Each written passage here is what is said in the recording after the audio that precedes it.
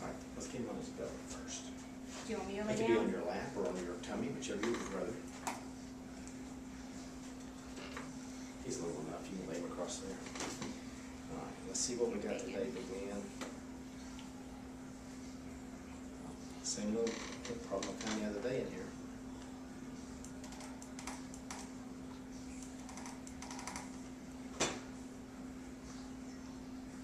That's perfect now. Maybe adjust, I mean, when I adjust him, when he straightens up like this.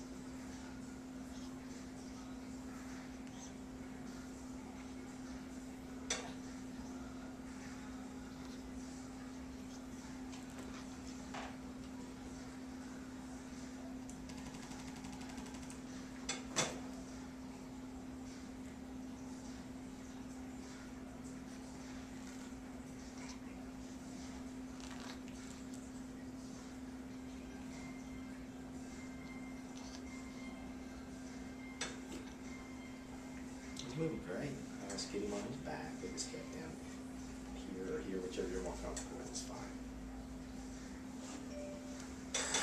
Look at him